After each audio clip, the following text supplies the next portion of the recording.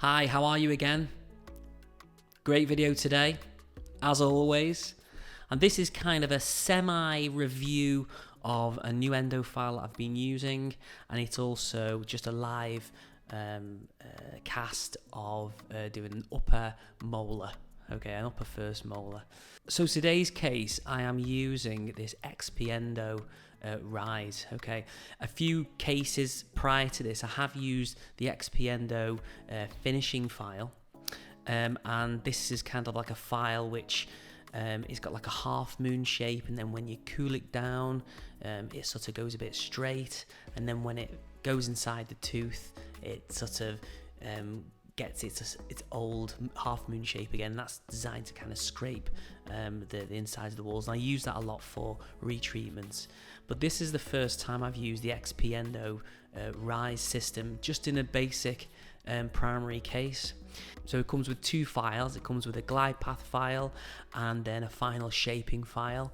The glide path file is, I believe, is a 1704, and the final shaping file is a 3004. So what I mean by 30 is it's got an ISO 30 tip at the end, and the taper on it is 0.44%.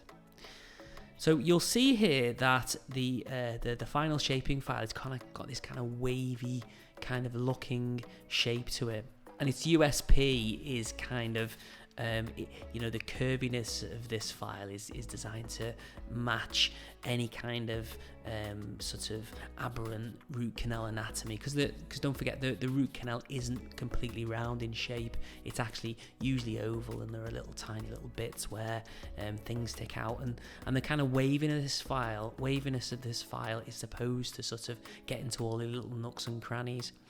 Another unique selling point of this file is that when it gets warm, it's designed to become more wavy, if that makes any sense. So if you have a look at this kind of video I've got here, you can see that the waviness of the file is just sort of narrowish, but when I place it into this hot water bath here, this is from a little syringe, you'll notice now that the waviness is much more pronounced. Okay, so let's have a look at the x-ray. So the x-ray is of an upper right 6. Okay, we assess this root canal, and we can see that the restoration in this tooth is very, very small, but it is decayed. And we look at the roots of this tooth. They're quite small, but they're very highly calcified, and also the pulp chamber is quite small as well. So we've got to ask ourselves, what's going on here? Why is this tooth sort of died off? And I suspect that, before we opened up this tooth, we removed the filling, and it was just like essentially a pulp horn that was exposed. So the pulp chamber in this tooth is very narrow but very tall, okay, and just essentially the restoration has leaked in this tooth and caused irreversible pulpitis.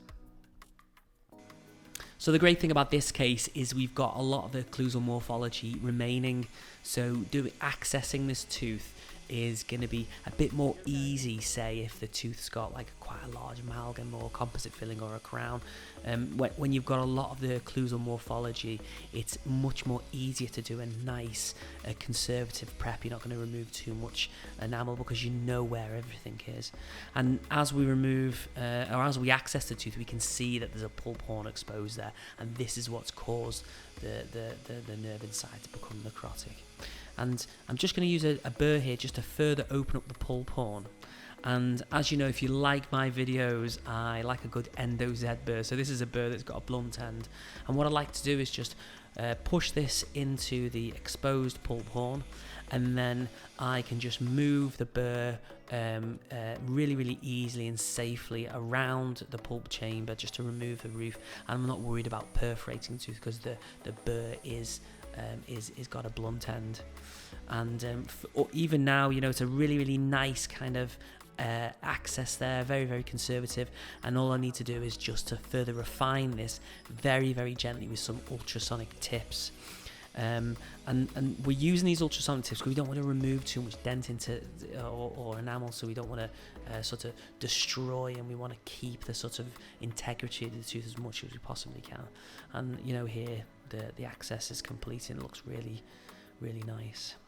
So the first thing I'm going to do is going to do a working length check for the palatal canal. I always go straight for the palatal canal because it's usually the easiest and widest tooth to treat. And you know, I think psychologically, if you just get that one completed, you feel like you're getting on with the case, and it feels a bit better for you. You not feel like you've chosen the hardest canal first, and you know, you feel like you're an hour in, you're still on the same canal. So as you can see here, the working length of the palatal canal is 23.5 millimeters, and it's really, really important that when we're using the glide path file, first of all, is we're gonna shape with the glide path file up to the full 23.5 millimeters of the zero reading of the apex locator. So we've got the one glider here, which is 1504, and then weirdly enough, the speed of this is 800 RPM, which I feel is massively excessive, which is very, very unusual for a rotary file. Usually a rotary file is about 300 to 400. Now, in fact, when I looked at the instruction booklet, it said 1000 RPM, and I've just taken the decision just to do it to 800. And you know, we're irrigating here, and look at all the bubbles, and the bubbles indicate that the irrigation is really, you know, activating all the nastiness down there. So now we've got the XP-Endo Rise Shaper 3004, okay? And remember, we are going to shape this 0.5 millimeters away from the zero reading to account for the apical constriction. And again, 800 RPM, and then we're going to be just shaping really, really nice and easy. What I noticed about this file is it rumbles quite significantly. I suppose that's probably the only downfall of this shaping file. It doesn't feel like a normal file, but you know, it works. It gets the length quite nice and easy. And once I've used the final shaping file, I'm just going to use the size 10K file just to recapitulate, okay? And what I mean by that, I'm just going to make sure the canal is still open after I've used my rotary file. And then I'm going to go in just for a final shaping of the palatal canal with my 3004, make sure it's all nicely open. So now I'm ready to, I've finished the palatal, and I'm going to check the working length of the distal buccal canal.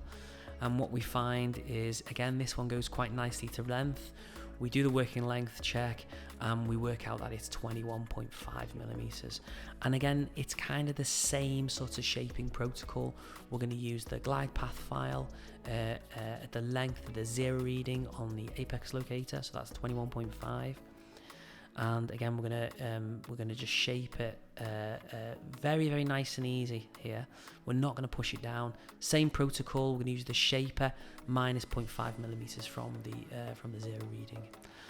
And then the MB canal, we try to take the working length, but we just could not quite get the K file down to the apex as easily we did with the two other canals. And so what I'm doing here is I'm just kind of shaping, or just watch winding very gently to try and shape the coronal mid-third. And then I'm going to use the one glider, this 1504 file, just to shape up the coronal mid-third. And usually what that does is it opens up the canal so we can negotiate our size 10K file all the way to length. And finally we get patency in this situation. So what you don't want to do is you don't want to use the glide path file too far close to the apex, because what you don't want to go through or cause a ledge. And we find out the working length is 20.5. And again, it's the same shaping protocol. We're going to use our glide path file at the zero reading of our apex locator reading, and then we're going to use our shaping file at the working length minus 0.5 millimeters. And again, you can kind of see here the kind of rumbling effect of the canal. And then, you know, finally we're going to recapitulate. Recapitulation is really, really important, especially in canals that are have been felt to be a bit stiff to get down. And because I was slightly concerned about the shaping in this tooth, I'm going to go down a few times with this one shaper file, again minus 0.5 away from the 0 reading. And there you have it. We've got the shaping and the main canals are complete, and we've got to ask ourselves, is there an MB2?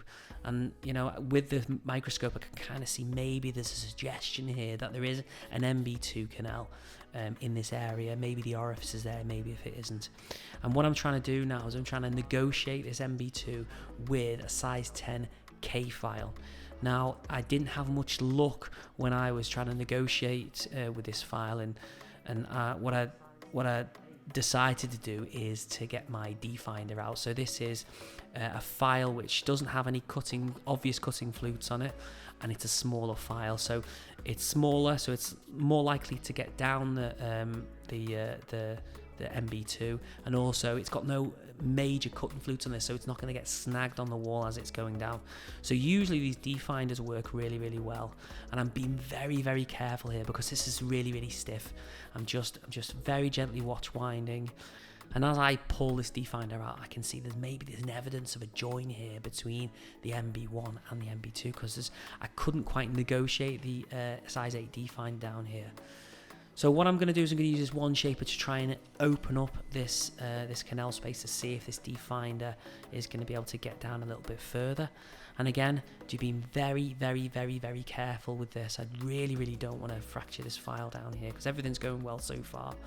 And I'm just further attempting the negotiation with this file. And as I pull it out, again, this smacks to me that the two MB1 and the MB2 canal join. Okay, what I couldn't do at the time is I couldn't get any larger files down this canal, and I kind of had to make a decision here.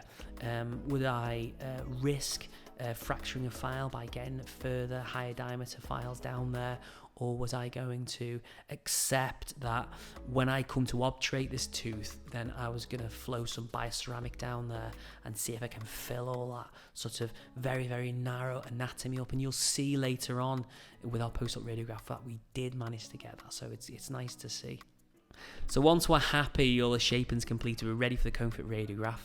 We're going to fit the cone in the MB canal, okay, and we know the 0 reading is 20, so we're going to fit the matched cone to 19.5 millimeters, and that's, again, we're always accounting for the apical constriction in this canal, okay. So we're going to just very, very, very gently push these GP cones to length, and then we're going to just ever so slightly feel for that tug back. And then I always like to snip my cones off at the end, because I feel like when I take the cone fit radiograph, sometimes the excess cone that sort of sticks out can be pulled out. Same again with the DB. It's 21, so we're going to fit the cone at 20.5, and lovely, fit it to nicely to length there, and then snip it off. And then the palatal, we know the palatal's 23.5, so we're going to fit the cone to 23. Okay, so we're going to fit that nicely there. And when we look at the cone fit radiograph, I'm not really happy with the palatal canal. I feel like it looks a little bit too short. And when a canal looks a bit short on the cone fit radiograph, I always recheck the working length. So if we take the palatal GP out here, we can see that it looks at 22. So I'm not really happy with that. So what I'm going to do now is I'm going to reconfirm the working length. I'm using the size 15 because that seemed to be the best file to be used when gaining working length with an apex locator, and it can still confirmed at 23.5. So what I'm going to do is I'm just going to reshape the palatal canal with my XP-Endo shaper, making sure that it's to length and it fits nicely and it's all nicely and irrigated. And then I'm going to recheck my cone. So we're going to do it again to 23 because it's a minus 0.5 from the apex, and I'm going to fit that to length. And we look at the cone fit radiograph, the second cone fit radiograph, and again it looks short. And you might think to yourself, well, it's short. It's obviously short of the working length. I would say isn't. Okay, I think that if you have checked the working length once and it looks short, and you check the working length twice and it still looks short, I would say on balance that the apex is at that level. If you have a little trawl through some of my videos, probably the one the best to look at is 10 best tips of root canal. That'll explain why sometimes things look short on an x-ray, but actually in real life the apex is actually short of the radiographic apex.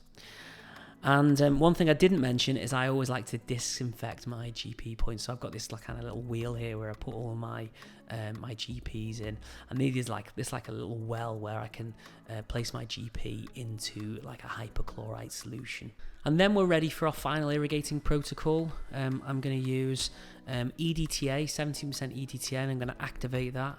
And I'm also going to do a final rinse with 2% sodium hypochlorite, again activating that.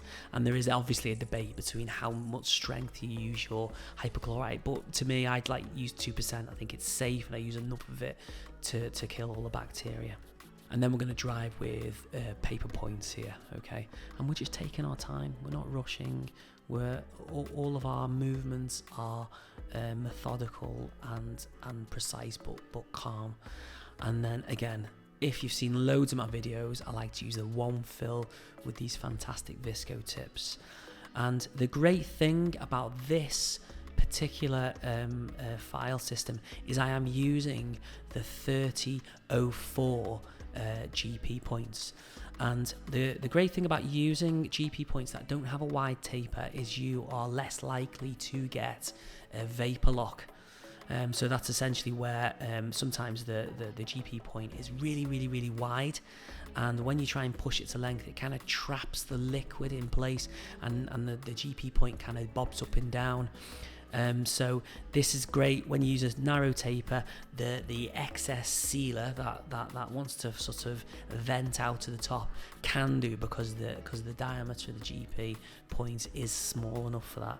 And again, I'm just going to seal it off with a heated plugger, and I'm going to firmly push it down with a Mach 2 plugger.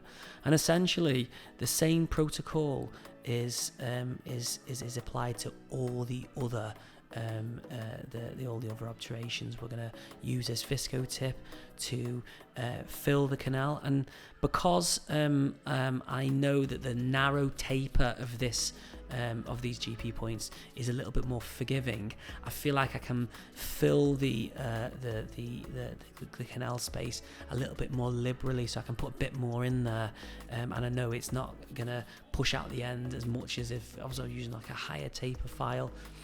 Higher tapered GP point, and I know then it's going to fill all the little nooks and crannies, because a higher tapered GP point does fill the a significant amount of the canal space. So I suppose placing more bioceramic is going to account for that kind of loss in taper, but I wouldn't worry about it too much. Maybe it's just all in my head. So again, it's all nicely obturated. We're going to give it a good firm push down with our Mach 2 plugger, and then when we look at the x-ray, we can see that we've got a really nice result. We've got a nice bit of a sealer puff there, and it looks pretty good. And I took two phase shift x-rays, and you can see on the one on the right hand side here that the bioceramic has filled that mesobuccal canal, which is a really nice result. You can't really see it on the left hand side, and overall, this was a nice file to use. I suppose I am not gonna put this into my practice full time, mainly because I'm used to using HyFlex, and I think it's a really nice file to use. And obviously we've got deals going on with Coltine, so they give us a good deal for these files. So, but it was a really interesting file to use. And I was doing a retreat yesterday, and I thought to myself, wow, I wish I had one of these shaping files just to remove some of the GP. Now I do have a finishing file, but I needed to remove like quite a significant piece of GP, and I don't feel like the shaper was going to do that. So it might be a good idea if you just had these just in your sort of the sort of back area, where you think to yourself, you're not going to use it every day, but it might come in useful in certain cases. So anyway, If you use this file system, please comment in the section below. Tell me how you feel about this file system. If you used it and you don't like it, please tell us and why. If you use it and you like it, you tell us why. And if you feel like anything we've done today you would have done differently, again, we want to spark debate on this channel. Please tell me what you think. And if you like the channel, please like and subscribe. And if you really like the channel, join our membership program. You get access to exclusive content. And I will see you next week for the next case. Okay, bye bye.